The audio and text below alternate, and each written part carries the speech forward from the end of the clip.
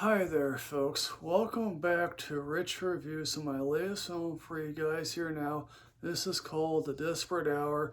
Originally, the title of this film was called Lakewood, and after seeing this film, I doubt that Lakewood would have been a better title, nor would have made a better film under that title. And this director here apparently is Philip Noyce, the man who is responsible for two of the Harrison Ford Jack Ryan films. He's also responsible for Rabbit Proof Fence, a really good film if you haven't seen this. The writer here, amazingly enough, is responsible for very taut Ryan Reynolds film set basically in a coffin.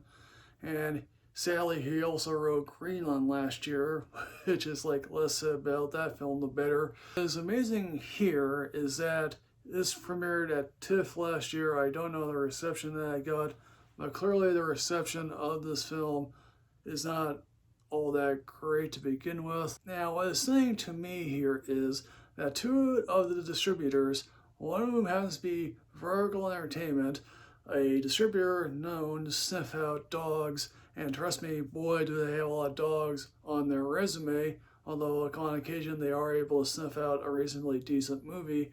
The other distributor here is Roadside Attractions, and they are known to distribute some really good films.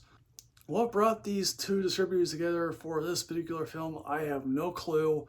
And even after seeing this film, I still don't have a clue what attracted these two to say, hey, let's team up together. Now, apparently in the last so many years, school shooters have become their own genre of films, and their parents' reaction to that, or the kids' reaction to that. And I doubt this will elevate that genre in particular when it comes to this one film. She is stuck in this film, literally stuck in the woods for majority of this film. And apparently she plays Amy Carr, or at least, again, you could have called her anything and it still would have made a better film. Quite frankly, I just sat there thinking, okay, there's a 20-minute prologue, and then the remaining hour, obviously the desperate hour, in which basically she is literally running to get to her son because the son, high school, has a school shooter. She is constantly on her phone. Again, I don't blame Naomi Watts for this film. She does a reasonably good job with her emotions. This was shot during COVID, and it was just like, hey, Naomi Watts, you want to shoot something in your back of your woods or back of your house? But of course, last we're stuck with a bill. Okay, we learn her sort of perfunctory backstory. Her husband died. Her son is sort of semi-depressed. His father has died. But alas, nothing here is shocking. Nothing here is going to be like, oh my God, this will blow your mind. Nothing here blew my mind. Kid was probably not the shooter to begin with.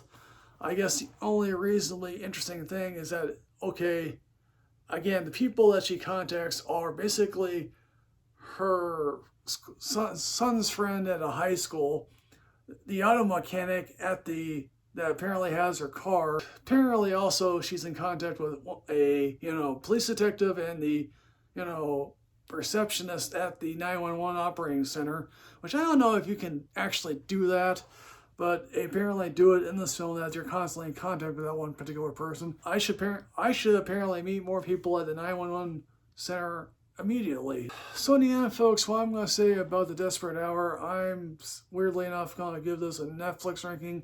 I mean, if you really feel like you need to see this, please do, but otherwise, don't waste your time really with this. So folks, The Desperate Hour, have you seen this? What do you think? Please put everything in the comment box below here, folks. As always, folks, like, comment, subscribe, and enrich yourself with knowledge. I'll see you next time, folks.